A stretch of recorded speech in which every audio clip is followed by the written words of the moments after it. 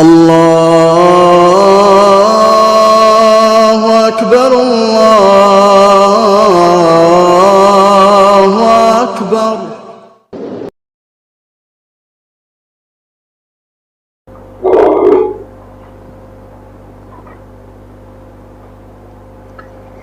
अल्हम्दुलिल्लाह नहमदुहु व नस्तईनुहु व नस्तगफिरुहु व नु'मिनु बिही व नतवक्कलु अलैहि व नऊज़ु बिल्लाहि मिन शुरूरि अनफुसिना व मिन सय्यिआति अअमालिना मन यहदिहिल्लाहु फला मुदिल्ल लहु व मन युद्लिलहु फला हादिय लहु व नशहदु अन ला इलाहा इल्लल्लाहु वहदहु ला शरीका लहु व नशहदु अन्न सय्यदना व मौलाना मुहम्मदन अब्दुहु व रसूलुहु सल्लल्लाहु तआला अलैहि व अला आलिहि व अस्हाबिहि व अतबाइहि व अज़वाजिहि व ज़ुर्रिय्यातिहि व अहले बैतिहि व अहले ताअतिहि अजमईन, अम्मा बाद। औज़ु बिल्लाहि मिनश शैतानिर रजीम, बिस्मिल्लाहिर रहमानिर रहीम। अलिफ लाम मीम, ज़ालिकल किताबु ला रैब फ़ीह हुदल लिल मुत्तक़ीन अल्लज़ीना युमिनूना बिल गैब व युक़ीमूनस सलात व मिम्मा रज़क़नाहुम युनफ़िक़ून वल्लज़ीन युमिनून बिमा उन्ज़िला इलैका व मा उन्ज़िला मिन क़ब्लिक व बिल आख़िरति हुम यूक़िनून उलाइका अला हुदम मिर रब्बिहिम व उलाइका हुमुल मुफ़्लिहून। सदक़ल्लाहुल अज़ीम।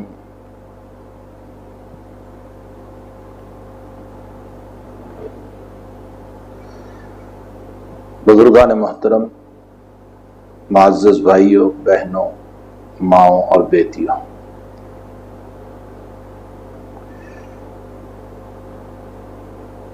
ईमान और ला इलाहा इल्लल्लाह मुहम्मदुर रसूलुल्लाह के इकरार के बाद इस्लाम में सबसे अहम फरीज़ा नमाज है।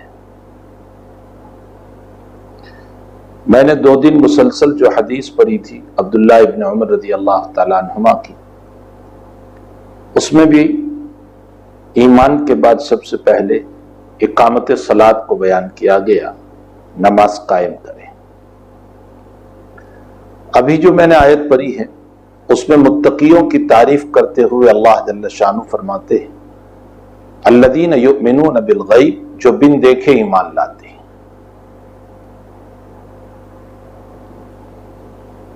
ईमान वही मोतबर है जो बिन देखे लाए। इसीलिए नबी अकरम सल्लल्लाहु अलैहि वसल्लम ने पीछे आने वालों की ईमान की तारीफ फरमाई।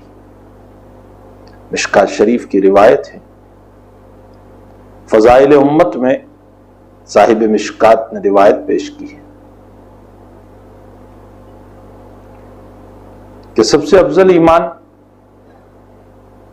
तो हज़रात सहाबा ने फरमाया मलाइका का। फरमाया उनका ईमान कैसे अफजल होगा, वो तो बार बार अल्लाह ताला को देखते हैं, यानी उनको मुशाहदा हासिल। फरमाया हम सहाबा किराम का। फरमाया तुम्हारे अंदर मैं मौजूद हूं, तुम मुझे देखते हो, वही के नुज़ूल को देख रहे हो, कुरान के उतरने को देख रहे हो। फिर फरमाया कि और किसका ईमान अफजल है या रसूलल्लाह सल्लल्लाहु अलैहि वसल्लम। आपने फरमाया वो लोग जो मेरे बाद आएंगे और जिन्होंने मुझको नहीं देखा और बिन देखे वो ईमान मुझ पर लाएंगे, उनका ईमान अफजल है। लेकिन मेरे भाइयों और बहनों, इससे हमारी फजीलत सहाबा से बढ़ नहीं जाती, ये मसला याद रखें। जो सोहबत रसूल उनको हासिल है वो हमें हासिल नहीं। जो नबी की रात और दिन और नबी की उठक बैठक और नबी का चलना और फिरना और नबी की पूरी जिंदगी उनके सामने, हमारे सामने नहीं है। इसीलिए हजरात सहाबे किराम रिज़वानुल्लाह ताला अलैहिम अजमईन के लिए किसी ऐसे लक़ब की जरूरत नहीं है जो आजकल अलकाब लोगों को दिए जाते हैं, खतीबुल इस्लाम, हकीमुल इस्लाम वगैरह। उनके लिए सिर्फ सहाबी का लफ्ज बोला जाता है। वजह उसकी यह है कि लफ्ज सहाबियत से ऊंचा कोई लफ्ज ही नहीं। सहाबी उसको कहते हैं जिसने नबी की सोहबत पाई सल्लल्लाहु अलैहि वसल्लम। आपकी हयाती में आपकी सोहबत मिली और वह ईमान पर कायम रहा। उसको सहाबी कहा जाता है। यह जरूर है कि बिन देखे ईमान लाने वालों की फजीलत नबी अलैहिस्सलाम ने बयान फरमाई, लेकिन नफ्से सोहबत के एतबार से सहाबा ही अफजल है। उनका मुकाबला उम्मत का कोई तबका नहीं कर सकता, न गौस, न वली, न कुतुब, न अब्दाल, कोई नहीं कर सकता, इसलिए कि उनको सोहबत रसूल सल्लल्लाहु अलैहि वसल्लम हासिल है। इसलिए अदना दर्जे के सहाबी, चाहे वो कुछ वक्त के लिए हाजिर हुए हो सकता है कि बाद में आने वालों का इल्म उससे ऊंचा हो, यह हो सकता है, लेकिन सोहबत रसूल के एतबार से तो मकाम उन्हीं का बुलंद रहेगा। यह हो सकता है बाद सहाबा किराम रिज़वानुल्लाह ताला अलैहिम अजमईन कुछ वक्त के लिए नबी अलैहिस्सलाम की खिदमत में आए और फिर हाजिरी का मौका उनको न मिला। उनसे एक या दो रिवायतें मनकूल हैं।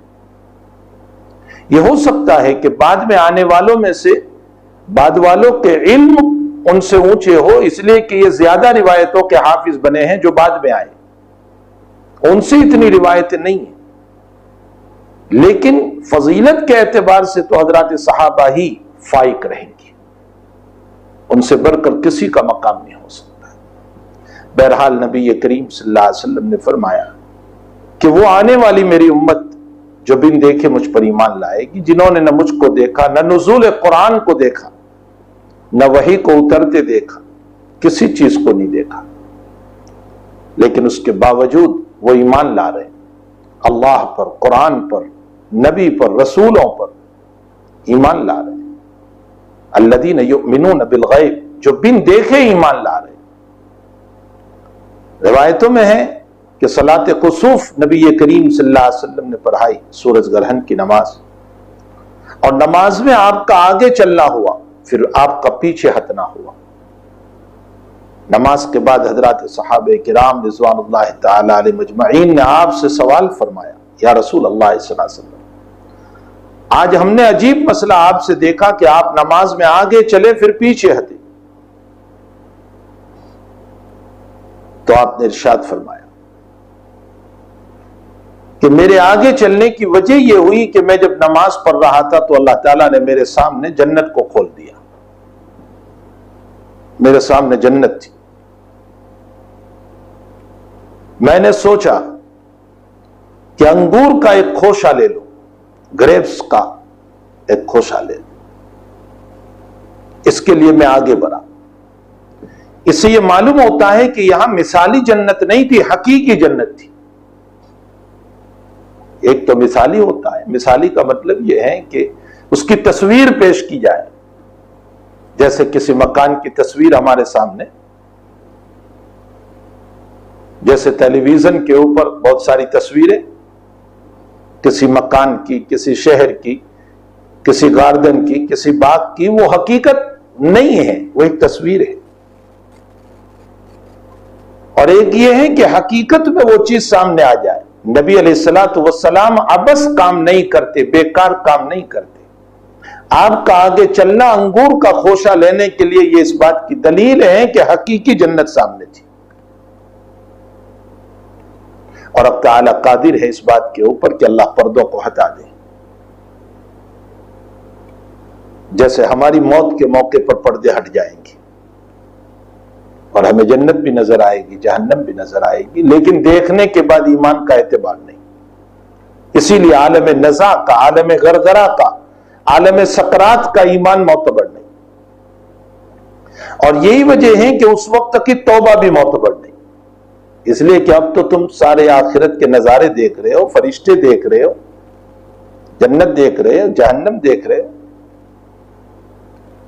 यह आलम मुशाहदा हो गया, आलम गैब नहीं रहा। आलम मुशाहदा का ईमान मोतबर नहीं। तो नबी करीम सल्लल्लाहु अलैहि वसल्लम फरमाते हैं कि मैं आगे इसलिए बढ़ा कि मेरे दिल में आया कि लाओ एक अंगूर का खोशा ले लो, एक ग्रेप्स का खोशा ले लो। फरमाया अगर मैं ले लेता तो मेरी उम्मत कयामत तक खाती रहती, इसलिए कि जन्नत की नेमत में दवाम है, हमेशगी है। इसी तरह जहन्नम की चीजों में भी दवाम और हमेशगी है। इसीलिए जहन्नम में मौत नहीं। अगर जन्नत में मौत नहीं तो जहन्नम में भी मौत नहीं। और वो अल्लाह के बागी बंदे जिन्होंने उस रब के साथ शिर्क किया, उसको नहीं माना।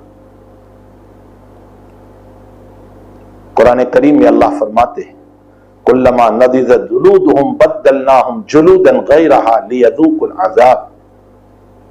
एक चमड़ी अगर जल गई तो दूसरी चमड़ी हम चढ़ा देंगे। मालूम होता है कि वहां भी फनाइयत नहीं है, दवाम है। अल्लाह हमारी हिफाजत फरमाए और अल्लाह हमें तादम हयात ईमान पर कायम दायम रखे। हजरत फरमाते हैं कि मैंने सोचा कि लाओ अंगूर का खोशा ले लूं, अगर मैं ले लेता तो मेरी उम्मत कयामत तक खाती रहती, लेकिन फिर मैंने इसलिए नहीं लिया कि अगर मैं ले लेता तो अब जन्नत की नेमत पर ईमान बिल मुशाहदा हो जाता, देख करके ईमान हो जाता, ईमान बिल गैब नहीं रहता। और मोतबर ईमान बिल गैब है, इसलिए नबी करीम सल्लल्लाहु अलैहि वसल्लम फरमाते हैं मैंने नहीं लिया, चूंकि देख करके ईमान लाना। इसीलिए दुनिया को दारुल इम्तिहान बनाया गया। आज बहुत सारे लोग कहते हैं कि अल्लाह अपनी कोई करामत, अल्लाह ताला अपने किसी अजाब को या किसी शक्ल को क्यों जाहिर नहीं कर देता। ऐसा नहीं हो सकता है। हक़ तआला जल्ल शानहू ने दुनिया को दारुल इम्तिहान बनाया है। यहां खैर भी है, शर भी है, अच्छाई भी है, बुराई भी है, बीमारी भी है, शिफा भी है, मौत भी है, हयात भी है, मालदारी भी है, गरीबी भी है, अमीरी भी है, रियाया भी है। दुनिया दारुल इम्तिहान है। अगर इस दारुल इम्तिहान में एक मसले को खोल दिया जाए तो खोलने की वजह से लोग ईमान मजबूरन ले आएंगे। यह ईमान बिल मुशाहदा होगा। ईमान बिल मुशाहदा का एतबार नहीं है। बिन देखे जो ईमान लाते हैं उसी का एतबार है। इसलिए यह नहीं कहा जा सकता है कि अब ताला क्यों जाहिर नहीं कर देता। अगर जाहिर कर दे अल्लाह ताला तो फिर ईमान बिल गैब रहा ही कहां, वो तो ईमान बिल मुशाहदा हो गया। युमिनून बिल गैब असल है, बिन देखे ईमान लाए, तो यही असल मोतबर है। बहरहाल आने वाली उम्मत जो है वो बिन देखे नबी अलैहिस्सलाम पर ईमान लाई, अल्लाह पर ईमान, रसूलों पर ईमान, किताब पर ईमान, कुरान पर ईमान, माकबल अल्लाह की किताबों पर ईमान, मरने के बाद दोबारा जिंदा होने पर ईमान। यह तआला जल्ल शानहू की जितने अकायदी मसाइल है उन तमाम पर बिन देखे ईमान ला रहे, और यही ईमान मोतबर है। अल्लज़ीन युमिनून बिल गैब व युकीमून अस्सलाह, और जो नमाज कायम करते हैं, इकामत व यक़राऊन अस्सलाह नहीं, नमाज पढ़ते हैं नहीं, नमाज कायम करते हैं। इकामत सलात का माना होता है तमाम शराइत सुन्नत मुस्तहब्बात की रियायत करते हुए नमाज पढ़ना, इसको इकामत सलात कहा जाता है। इस्लाम में सबसे अहम फरीजा जो है ईमान के बाद वो नमाज है। इसीलिए मैंने जो 2 दिन रिवायत पढ़ी उसमें भी शहादती अल्ला इलाहा इल्लल्लाह व अन्ना मुहम्मदुर रसूलुल्लाह के बाद जिक्र किया गया इकामत सलात। रिवायतों में है कि एक मर्तबा नबी करीम सल्लल्लाहु ताला अलैहि वसल्लम ने कुछ बातें मजलिस में इरशाद फरमाई, और उसके बाद आपने इरशाद फरमाया सलूनी माशीतु, जो चाहे तुम पूछो। तो बाज सहाबा ने बाज ऐसे सवालात करने शुरू किए जो मुनासिब नहीं थे।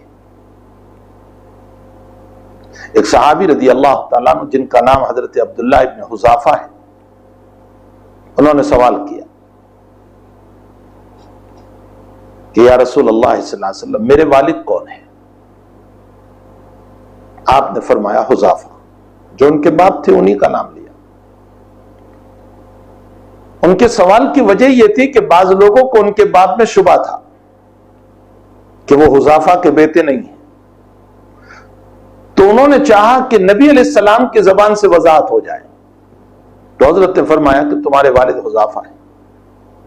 जब अब्दुल्ला इब्न हुज़ाफा ने जाकर अपनी वालिदा को कहा कि मैंने नबी अलैहिस्सलाम से अभी यह सवाल किया, तो वालिदा ने अपने बेटे को डांट कर कहा कि तुमने क्यों ऐसा सवाल किया? अगर नबी अलैहिस्सलाम किसी और का नाम ले लेते तो मेरा फजेता हो जाता, मेरी रुसवाई होती।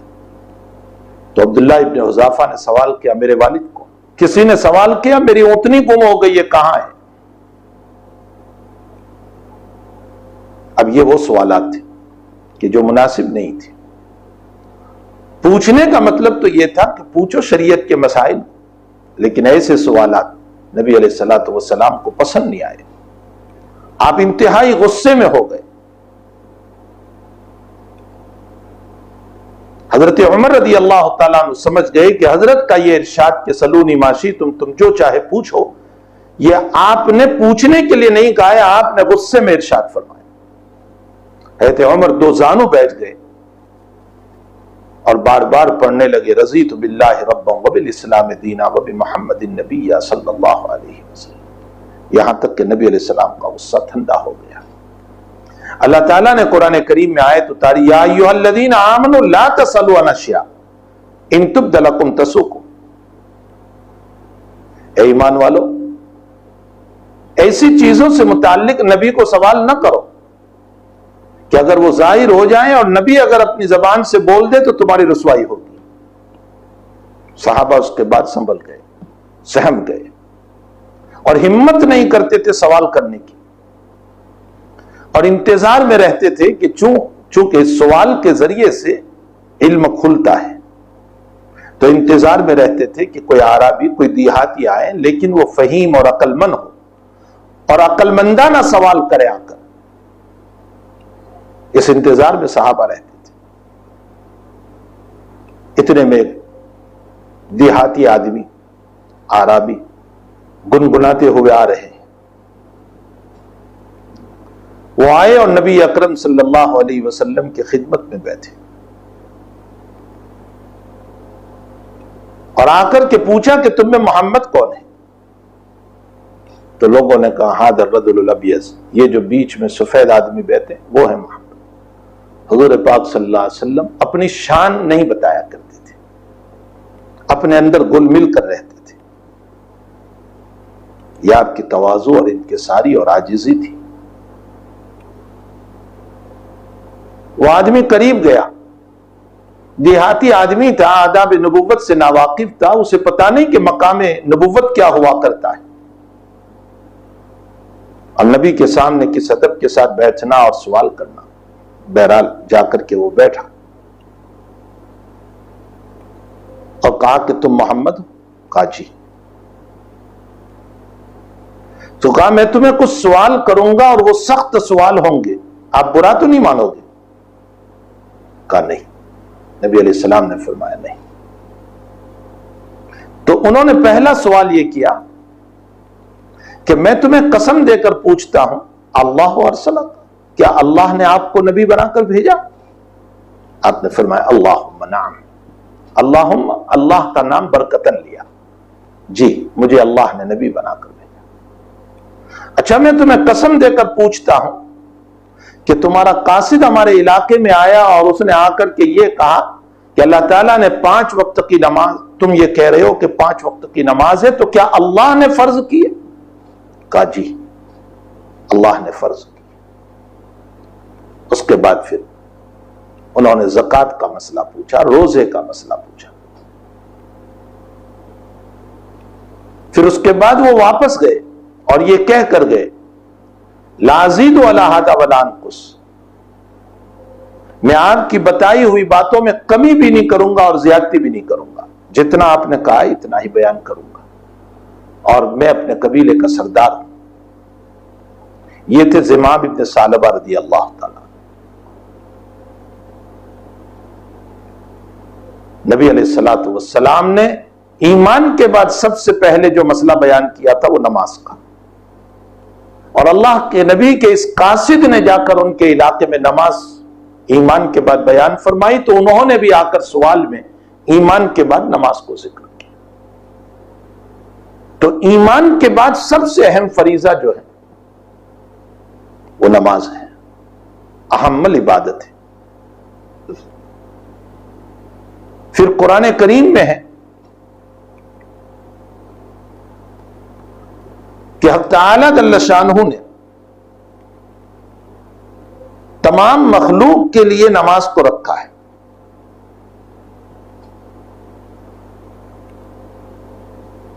तमाम मखलूक तस्बीह भी पढ़ती है, वइन मिन शैइन इल्ला युसब्बिहु बिहम्दिही वलाकिन ला तफ़क़हून तस्बीहहुम, लेकिन तुम उसकी तस्बीह को नहीं समझते हो। इसी तरह कुल्लुन कद आलिमा सलातुहु व तस्बीहा, तमाम मखलूक नमाज पढ़ती है। हकीमुल इस्लाम कारी तय्यब साहब नव्वरल्लाहु मरकदहु इस आयत की तशरीह करते हुए फरमाते कि हर मखलूक कैसे नमाज पढ़ती है। फरमाया दरख्तों की नमाज कयाम है, ये जो बिल्कुल खड़ा है, ये कयाम जो है ये दरख्तों की नमाज है। और जानवरों की नमाज रुकू है। आप जानवरों की हयत को देख लें, वो हर वक्त रुकू में है, गर्दन झुकाए हुए चल रहे हैं, ये उनकी नमाज है। और सांप और बिच्छू और कीड़े मकोड़ों की नमाज जो है वो सजदा है, वो अपनी गर्दन को बिल्कुल जमीन से लगाए हुए चल रहे हैं। तो कुल्लुन कद आलिम सलातहु, हर एक जानता है नमाज को। अल्लाह ताला ने हर एक को नमाज दी। लेकिन मैंने कल भी आपको बताया था मजदूर और गुलाम का फर्क।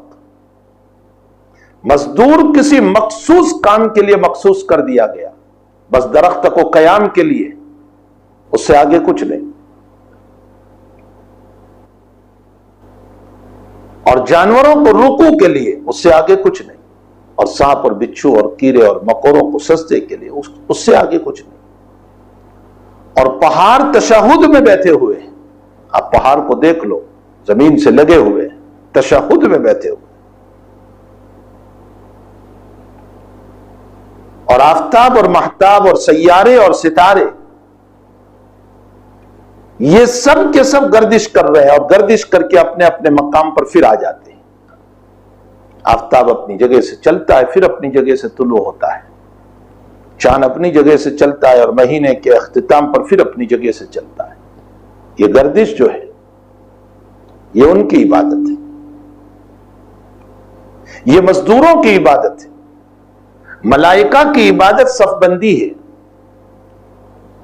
हक़ तआला ने दिन फरिश्तों को सब बना करके क़याम में खड़ा कर दिया, वो क़यामत तक क़याम, और जिनकी सफबंदी करके रुकू में, वो क़यामत तक रुकू में, और जिनको सजदे में, वो क़यामत तक सजदे।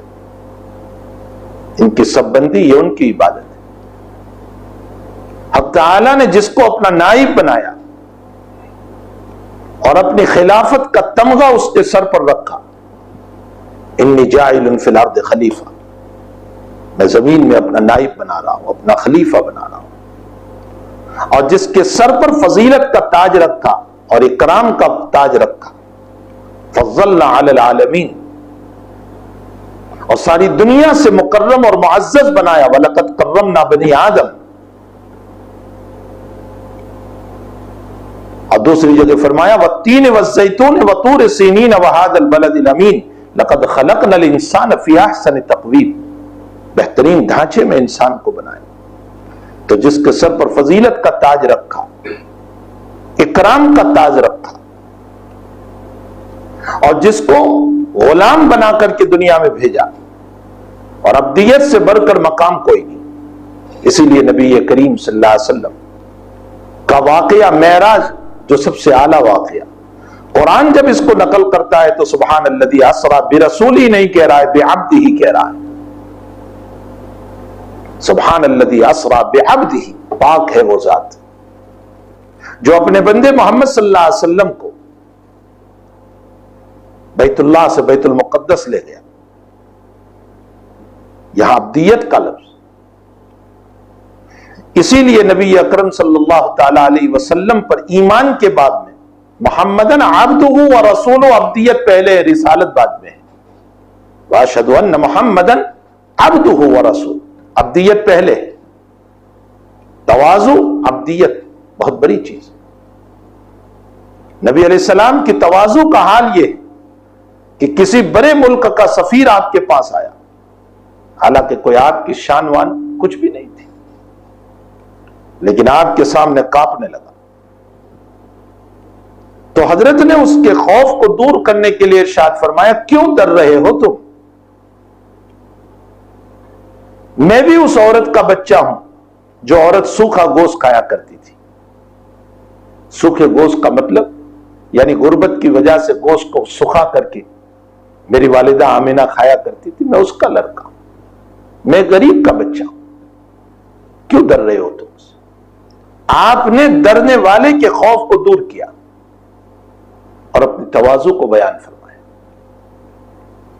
आपकी शान यह होती थी कि मजलिस में आने वालों को पूछना पड़ता था कि तुम में मोहम्मद कौन है। आपने कभी अपनी शान नहीं बताई। अब्दियत हमेशा गालिब रही। आपको सवाल किया गया अल्लाह की तरफ से कि क्या आप नबी मलिक बनना चाहते हो या नबी अब्द बनना चाहते हो? आपने फरमाया नबी अब्द बनना चाहता, नबी मलिक नहीं। नबी मलिक का माना नबुव्वत के साथ बादशाहत, जैसे सुलेमान अलैहिस्सलाम। फरमाया मैं नबी अब्द बनना चाहता हूं, यानी नबी के साथ अब्दियत। और उसी को आपने दूसरे अल्फाज में यूं बयान किया कि मैं एक दिन खाऊं ताकि शुक्र अदा करूं और एक दिन भूखा रहूं, जिस दिन न मिले उस दिन मैं अपने रब के ऊपर सब्र करूं। आपके लिए फरावानियों के सारे रास्ते थे। अगर ईसा अलैहिस्सलाम की दुआ पर माइदतम मिनस समाई तकून लना ईदन लिअव्वलिना व आखिरिना व आयतम मिन खुंचा उतर सकता है, तो क्या इमामुल अंबिया की दुआ पर खुंचा नहीं आ सकता था? आला से आला आ सकता था। लेकिन आपकी शान यह है कि आपने पेट पर पत्थर बांधे, आप भूखे रहे। रिवायतों में वो भी वाकयात मिलते हैं कि अबू बकर सिद्दीक दोपहर में निकले हैं भूख की वजह से, और उमर भी निकले हैं भूख की वजह से, और दोनों की मुलाकात नबी करीम सल्लल्लाहु अलैहि वसल्लम से हो रही है। फरमाया इतनी धूप में तुम निकले हुए हो? फरमाया या रसूलल्लाह भूख ने हमको निकाला। फरमाया तुम्हारे नबी ने भी 3 दिन से खाना नहीं खाया। यह भी हालत है। आखिर ये हालात आपने अपने इख्तियार से लिए हैं, ये इस्तिरारी नहीं थे। इस्तिरारी का माना तो जैसे अल्लाह की तरफ से गुर्बत आ गई, ये इस्तिरार नहीं, आपके मांगे हुए। और आपने ये गरीबी को इसलिए मांगा कि मेरी उम्मत पर जब गरीबी आए और मेरी उम्मत में जो फक्र फाका में मुब्तला होगा, जैसे इस वक्त हालात चल रहे हैं, तो इस गरीबी में उनके आंसू को पूछने वाला कौन होगा? कम से कम वो अपने नबी के इन दिनों को याद कर ले तो उसके आंसू थम जाएंगे और सब्र की तौफीक हो जाएगी। अपने उम्मत के आंसू को पूछने के लिए नबी करीम सल्लल्लाहु अलैहि वसल्लम ने पेट पर पत्थर भी बांधे और भूखे भी रहे। वरना आप चाहते तो ओहद पहाड़ आपके लिए सोना बन सकता था, आप चाहते तो अपने घर के अंदर खुंचे उतर सकते थे, लेकिन आपने ऐसा नहीं किया। उसकी वजह यह है कि आप अपने गरीब उम्मत के आंसू को पूछ रहे हैं। वो अगरचे मदीने में सोया है, लेकिन उसकी जिंदगी आज भी गरीबों के आंसुओं को पूछ रही नहीं। उसकी जिंदगी आज भी भूखों के आंसुओं को पूछ रही, जिनको खाना नहीं मिल रहा है उनके आंसुओं को पूछ रही। इस बुनियाद पर आपने इख्तियारी तौर पर फक्र फाका को बर्दाश्त किया और फरमाया मैं नबी अब्द बनना चाहता हूं, यानी अब्दियत के साथ नबुव्वत मेरी रहे। मुझे खाना मिले तो मैं शुक्र करूं और मुझे न मिले तो मैं सब्र करूं। ये जनाब रसूलुल्लाह सल्लल्लाहु अलैहि वसल्लम की मुबारक जिंदगी है। मैं इंशाअल्लाह किसी मौके पर आपकी जिंदगी को खोलूंगा। इस वक्त मुझे चूंकि नमाज पे गुफ्तगू करना है। नमाज इस्लाम का बहुत आला रुकन है। इंतहाई दर्जा आला रुकू। ये जितनी मखलूक है वो सब के सब नमाज में है। कोई कयाम में है, कोई रुकू में है, कोई सिजदे में है, सांप बिच्छू और कीड़े मकोड़े सिजदे में है, कोई तशहुद में है जो पहाड़ है, कोई सितारों की गर्दिश और आफताब व महताब की गर्दिश से फिर अपनी जगह पर आ जाना, कोई सबबंदी के जरिए से नमाज में है। कुल्लुन कद आलिम सलातहु। अल्लाह जिसको अपना मुकर्रम बनाना चाह रहा था, मुफज्जल बनाना चाह रहा था, फजीलत दे रहा था, जिसके सर पर खिलाफत का तमगा रख रहा था, जिसको दुनिया में अपना नाइब बना रहा था, अल्लाह ने फरमाया ये मेरी सारी मखलूक की इज्तिमाई नमाज को मैं मेरे खलीफा को दे देता हूं। इसलिए हमारी नमाजों में दरख्त की तरह कयाम भी है और हमारी नमाजों में जानवरों की तरह रुकू भी है और हमारी नमाजों में सांप और बिच्छू और कीड़े और मकोड़ों की तरह सजदे भी है और हमारी नमाजों में पहाड़ की तरह तशहुद भी है और हमारी नमाजों में सितारों और सैयारों और आफताब और महताब की तरफ गर्दिश भी है कि रकात अव्वल के खत्म होने पर फिर उसी तरह हम रकात शुरू करते हैं और हमारी नमाजों में सबबंदी भी है। जो मलाइका की इबादत है, जो पहाड़ों की इबादत है, जो सितारों की इबादत है, जो आफताब व महताब की इबादत है, जो जानवरों की इबादत है, जो कीड़े और मकोड़ों की इबादत है, जो दरख्तों की इबादत है, इन सारी मखलूक की इबादत का मजमुआ लेकर अल्लाह ने अपने खलीफा को दे दिया और इसको सलात और नमाज कहा गया। ये वो नमाज है जो जामे तरीन इबादत है, तमाम मखलूक का मजमुआ इस इंसान को दिया। और फिर नमाज पर आप गौर फरमाएं,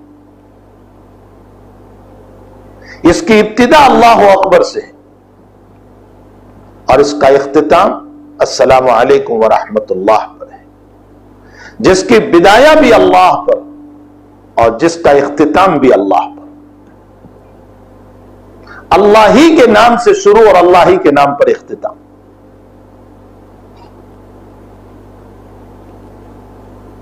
इसलिए कि अजीमुल मर्तबत जात जो है, हम पूरी नमाज में उसी रब्बे करीम के साथ मुनाजात कर रहे हैं, उसी रब्बे करीम के साथ हमारी मुनाजात हो रही है। हदीस शरीफ में है, इन्नल मुसल्ली युनाजी रब्बहु।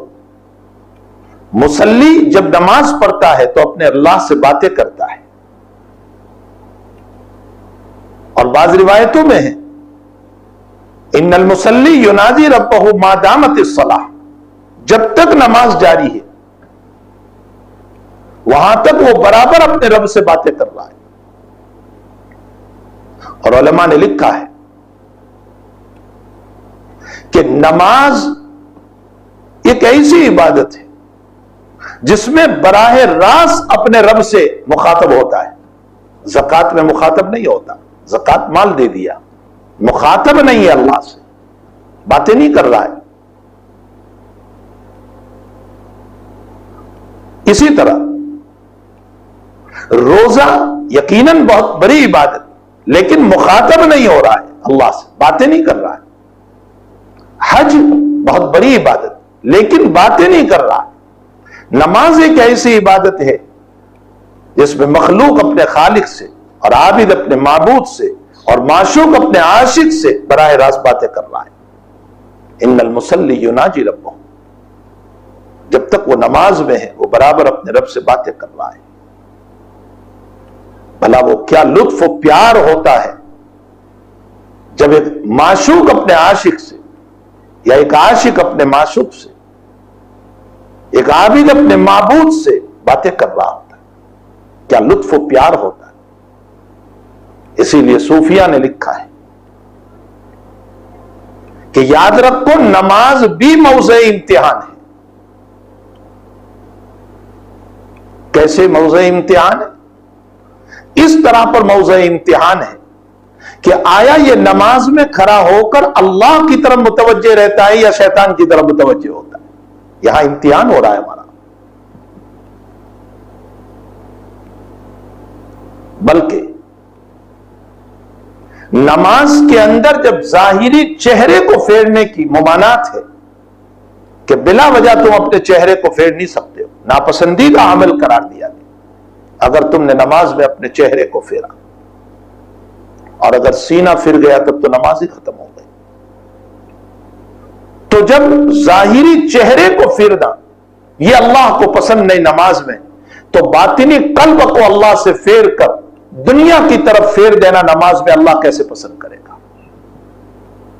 कतान अल्लाह ताला को यह पसंद नहीं।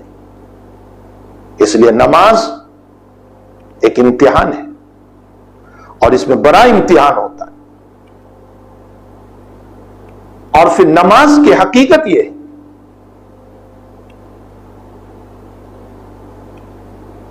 कि दुनिया में बातिल ताकतें बहुत डराया करती है, अपने कुव्वत के जरिए से, अपने जबरूत के जरिए से, अपने जुल्म के जरिए से, अपनी मुलूकियत के जरिए से। आजकल आप देख लीजिए सारी दुनिया डराने पर आई हुई है, खुसूसन मुसलमानों को सारी दुनिया डराने पर आई हुई है। तो बातिल ताकत अपनी जबरूत, अपने जुल्म, अपनी बर्बरियत, अपनी मुलूकियत के जरिए से हमारे ऊपर रौब डालते हैं और हमें डराते हैं। मौलाना अहमद शहीद रहमतुल्लाह अलैह फरमाते हैं, अल्लाह ताला ने वक्फे वक्फे से नमाज रखकर इशारा किया इस बात की तरफ कि अपने कल्ब से बातिल के खौफ को निकालो और वहदहू ला शरीक के खौफ को बिठा दो। ये वक्फे वक्फे से नमाज रखकर इशारा किया इस बात की, ताकि बातिल का खौफ टूट जाए और अल्लाह का खौफ दिल में बैठ जाए। और जब अल्लाह का खौफ दिलों में बैठ जाता है तो फिर इस सूरत में बातिल ताकत से इंसान डरता नहीं है। ये जरूर है कि किसी मुल्क की बगावत ये जायज नहीं है, कवानीन की पाबंदी ये अपनी जगह मुसल्लम है। जिस मुल्क में रहे उस मुल्क के कवानीन की पाबंदी, लेकिन बिला वजह जालिम और जबरूत जो बातिल ताकत है उसके खौफ को दिल पर बैठने नहीं दिया जाए, बल्कि नमाज के जरिए से अल्लाह का खौफ अपने दिलों पर बिठाया जाए।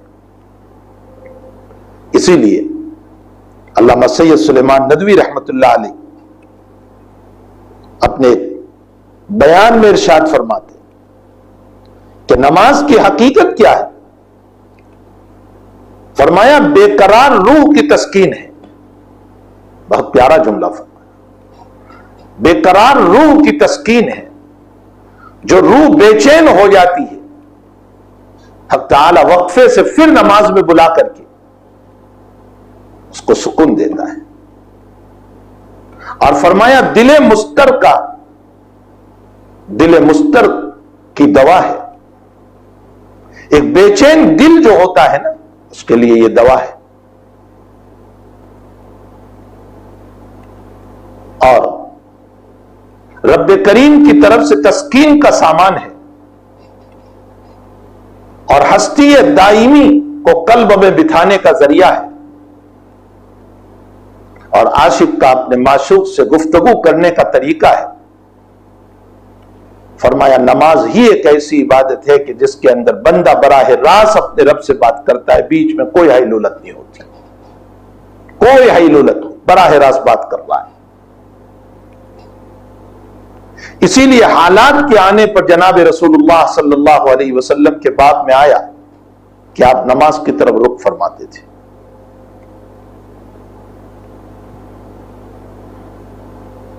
कभी तेज हवा चली तो आपने नमाज की तरफ रुख किया,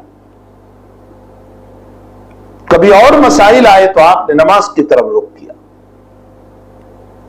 और पूछने पर आपने फरमाया कि जहां यह हवा बारिश की तरफ इशारा कर रही वहां इस हवा के जरिए से आसमान से पत्थर भी बरस सकते हैं। मक्की जिंदगी की एक रिवायत है, फातिमतुज़ ज़हरा रज़ी अल्लाह ताला अन्हा आपकी चहीती लाडली और प्यारी बेटी जो छोटी बेटी एक मर्तबा आई कहने लगी, अब्बू आपके कत्ल का प्लान बन रहा कहा बेटी तूने कहा सुना? कहा मताफ़े काबा में अबू जहल वगैरह बातें कर रहे हैं, आपके कत्ल का प्लान वहां बन रहा है। आप अंदाज लगाएं कि अपने बाप के कत्ल की साजिश और प्लान तैयार हो रहा होगा, छोटी बेटी के दिल पर क्या गुजर रहा होगा, जिसने सुना क्या गुजर रहा होगा। आप अंदाज तो लगाएं, आप भी तो औलाद वाले हैं, आप और हम भी तो औलाद वाले हैं। अगर हमारे मुताल्लिक कोई साजिश, कोई बात हो रही है और हमारी औलाद सुने तो उनके दिल पर क्या ख्याल गुजरता है। बेटी के दिल पर, और वो भी लाडली और प्यारी और छोटी बेटी है, आपके दिल पर क्या, बेटी के दिल पर क्या ख्याल गुजर रहा होगा कि अच्छा मेरे बाप को ये लोग मार डालेंगे, मेरे बाप को कत्ल कर देंगे। फरमाया अब्बू आपके कत्ल का प्लान बन रहा है। फरमाया बेटी तुमने सुना? कहा जी मैंने सुना। फरमाया अच्छा मेरे वुजू का बर्तन लाओ। वुजू का बर्तन मंगवाया, फातिमतुल ज़हरा ने आपको दिया, आपने वुजू फरमाया और वुजू के बाद 2 रकात नमाज पढ़ी और 2 रकात नमाज पढ़ के अपने रब से कहा कि अल्लाह इनकी स्कीमों को फेल फरमा। आप इस मौके पर दौड़े दौड़े मताफ़े काबा में सुनने नहीं गए कि क्या प्लान तुम तैयार कर रहे हो और क्या बातें तुम मेरे मुताल्लिक कर रहे हो और इसकी तदबीर क्या हो सकती है। पहले अल्लाह की तरफ रुजू, वुजू किया, 2 रकात नमाज पढ़ी और अपने रब से कहा अल्लाह इनकी स्कीमों को फेल फरमा। हाय मुसलमान, तदबीर अपनी जगह जरूरी है, लेकिन अफसोस कि तदबीर ही तदबीर रही, तकदीर इल्लाह को हम भूल गए, रुजू इल्लाह को भूल गए। यह मुबारक महीना चल रहा है, अफसोस के साथ कहना पड़ रहा है कि कई जगहों से यह इत्तलाएं मिल रही है कि हमारे जवान तरावी तो तरावी, फर्ज नमाज नहीं पढ़ रहे। आप अंदाज लगाएं, जिस मोमिन और मुसलमान का यह हाल होगा कि इस मुबारक महीने के अंदर भी तरावी तो दरकिनार, फर्ज नमाज को जो अदा नहीं कर रहे, भला अल्लाह की रहमत कैसे मुतवज्जे हो सकती है। और एक बात यह भी याद रखो कि सारी नमाजें हम पढ़ रहे हैं और उसके बावजूद जो हम दुआ कर रहे हैं, जरूरी नहीं है कि फौरी तौर पर उसका जवाब मिल जाए। यह मसला याद रखें, जरूरी नहीं है। हां, दुआएं जरूर कबूल होती है, कोई दुआ रद्द नहीं होती। कभी अल्लाह ताला हमारी मांगी हुई चीज को फौरन दे देता है, कभी ताखीर से देता है, कभी उसके बदले में कोई मुसीबत दूर कर देता है, कोई बीमारी दूर कर देता है, कोई बड़ी मुसीबत को टाल देता है। कभी हम जो मांग रहे हैं, अल्लाह जानता है कि तू मांग तो रहा है लेकिन तेरे लिए मुनासिब नहीं है। मैं अपने एतबार से मांग रहा हूं, लेकिन आलिम बिदात सुदूर को पता है कि मैं इसके लायक नहीं। अगर मुझे दिया गया तो हो सकता है कि इस दौलत का मिलना और इस चीज का मिलना कहीं मुझे फितने में मुब्तला न कर दे। तो वक्त आला उस दुआ को जमा कर लेता है, जाय फिर भी नहीं करता, उस दुआ को जमा कर लेता है और कयामत में उसके बदले में अजर अजीम अता करके जन्नत में भेजेगा। तब बंदा कयामत में यूं कहेगा, काश दुनिया में मेरी कोई दुआ पूरी ना हुई होती तो अच्छा होता, सारी दुआ जमा हो जाती ताकि मैं अपनी दुआ के बदले में जन्नतुल फिरदौस में पहुंच जाता। दुआ कोई रद्द नहीं होती, कोई दुआ रद्द नहीं, इसलिए कि जब वो मौला यूं कह रहा है उदऊनी अस्तजिब लकुम, मुझसे मांगो मैं जरूर तुम्हारी दुआ कबूल करूंगा, वो रद्द कैसे करेगा? वो रद्द करता ही नहीं। हां, जरूर दुआ के शराइत है अपनी जगह, जो किसी और मजलिस में मैं जिक्र करूंगा, दुआ के शराइत है, लेकिन दुआ करें और फौरन पूरा हो जाए ऐसा नहीं हो सकता। जनाब नबी करीम सल्लल्लाहु अलैहि वसल्लम ने मक्की जिंदगी में दुआ फरमाई। अब्दुल्लाह इब्न मसऊद रज़ी अल्लाह तआला अन्हु फरमाते हैं, बुखारी शरीफ की रिवायत है कि हजरत ने मक्की जिंदगी में दुआ फरमाई और तब दुआ फरमाई जब आप सजदे में गए मताफ़े काबा में और आपके ऊपर सला जजूर यानी ऊंटनी की होजरी डाल दी। गंदगी डाल दी। अब उतनी की होजरी कितनी बड़ी होती, आप सजदे से सर उठा नहीं सके। बेटी फातिमा आई, उठाया, साफ किया, और नबी अलैहिस्सलाम सजदे से बैठे और अल्लाह से दुआ फरमाए, अल्लाहुम्मा अलैका बि कुरैश, अल्लाह कुरैश को पकड़ ले। अल्लाहुम्मा अलैका बि अबी जहल, फला व फला सबके नाम लिए, बेउतबा शैबा रबिया। इब्ने मसऊद रज़ी अल्लाह तआला अन्हु फरमाते हैं, ये दुआ मक्के में हो रही है और नबी की ये दुआ पूरी हो रही है हिजरत के बाद सन हिजरी 2 में बदर में। जितनों के नाम लिए थे वो सब पछाड़े गए और कलीब बद्र और बदर के कुएं में डाले गए। जब नबी अलैहिस्सलाम की दुआ बरसों के बाद जाहिर हो रही है और पूरी हो रही है, तो ये कैसे हो सकता है कि हम फजर में दुआ करें और जोहर तक में हो जाए? ये गलत ख्वाब ख्याल है। दुआ जरूर कबूल होती है, रद्द नहीं होती, लेकिन अल्लाह की अपनी मसलहतें, वो अपनी मसलहत के मुताबिक काम करता है। और एक बात मैं खास तौर पर जिक्र कर दूं, अपनी दुनिया के मसाइल को इबादत के साथ न जोड़ो, ये गलत सोच है। दुनिया के मसाइल को इबादत के साथ न जोड़ो। मैं इतनी नमाज पढ़ता हूं फिर भी मेरे घर में बीमारी, मैं इतनी नमाज पढ़ता हूं, मैं तहज्जुद पढ़ता हूं, फिर भी मेरे घर में हालात, मैं दावत व तबलीग का काम करता हूं, मैं तहज्जुद पढ़ता हूं, मैं सलावात खमसा का पाबंद हूं, फिर भी मेरे घर मेरी दुकान नहीं चलती, मेरा कारोबार नहीं चलता। ये दुनिया के हालात को तुमने इबादत से जोड़ा। इबादत और है, दुनिया के हालात और है। अगर इबादतों की बुनियाद पर हालात ना आते, परेशानियां ना आती, मुसीबतें ना आती, और इबादतों की बुनियाद पर हालात और परेशानियों को रोक दिया जाता, तो जनाब नबी करीम सल्लल्लाहु अलैहि वसल्लम से बढ़कर इबादत गुजार कोई नहीं था। आपसे बढ़कर नमाजी कोई नहीं, आपसे बढ़कर तहज्जुद गुजार कोई नहीं। आपका कयाम और तवील सजदा,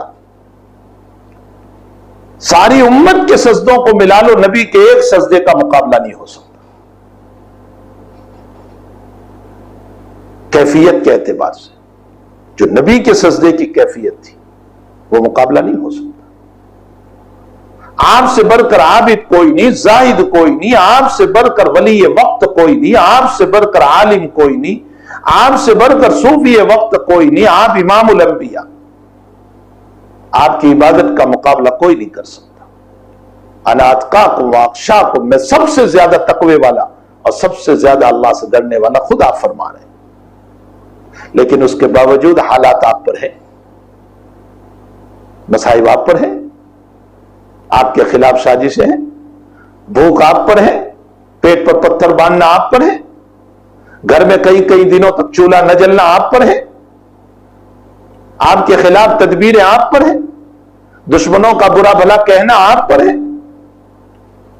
अब्दुल्ला इब्न उबई मुनाफिकों का सरदार जो ईमान नहीं लाया था और हजरत मदीने पहुंच चुके और वो नबी अलैहिस्सलाम को बुरा भला कह रहा है, और हजरत को इतनी तकलीफ हुई कि नबी का दिल टूट गया।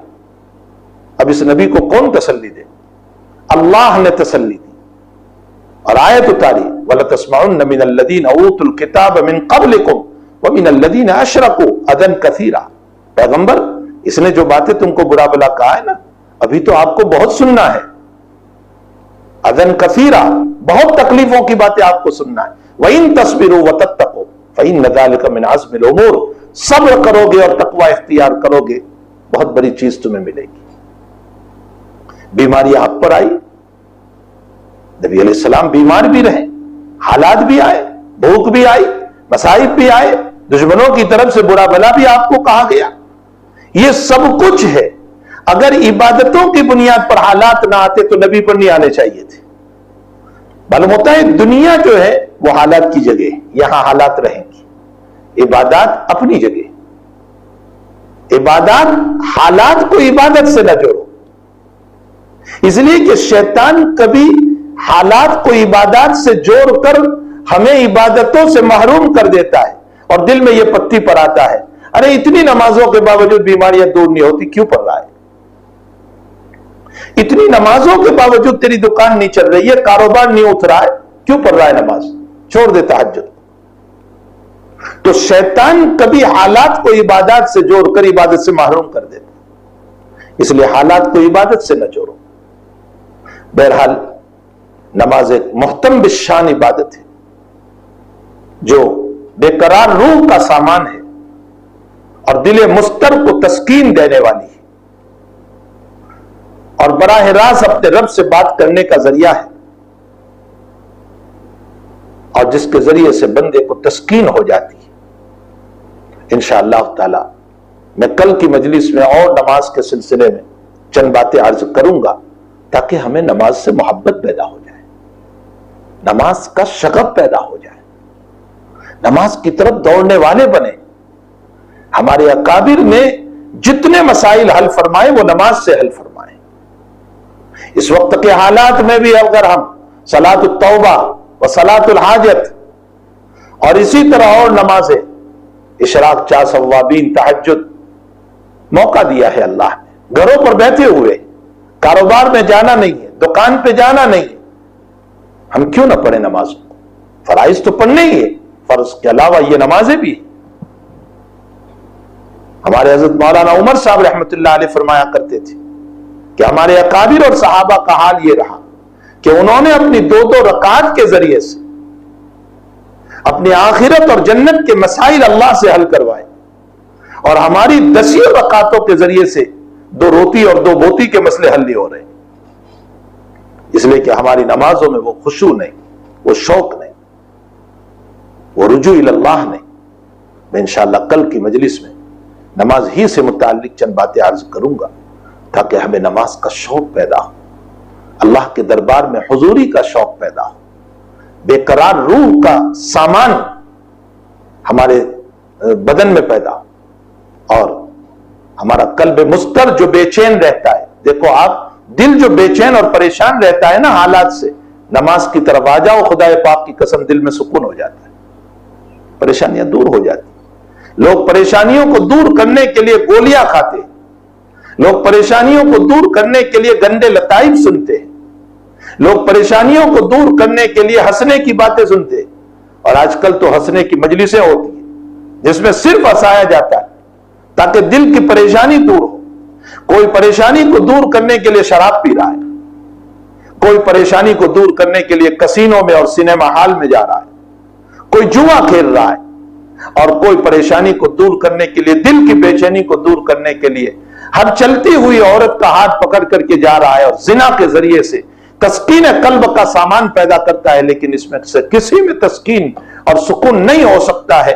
अला बिज़िक्रिल्लाहि तत्मइन्नुल कुलूब, दिलों को सुकून अल्लाह की याद से ही होने वाला है और वो अल्लाह की याद नमाज में है।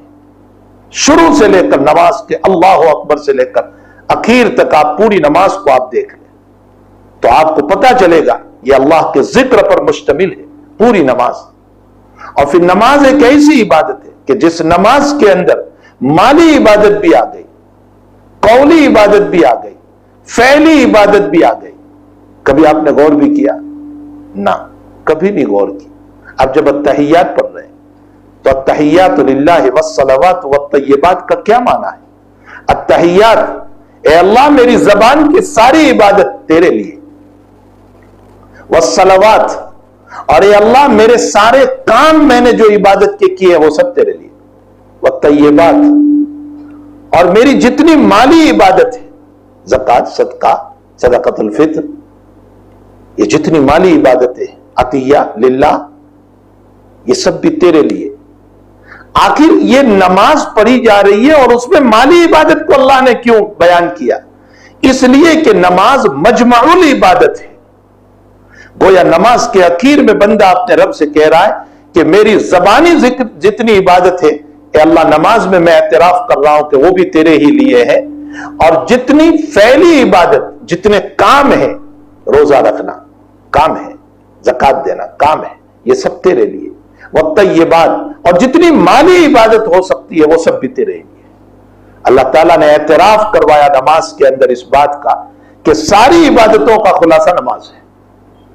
तो अहम तरीन इबादत है, हमें चाहिए कि इस इबादत को ज़ौक़ और शौक़ के साथ अदा करें, दिल पर बोझ न समझे, नमाज की तरफ तवज्जो करें और सारे अहबाब फर्जों की पाबंदी करें, नवाफिल की पाबंदी करें,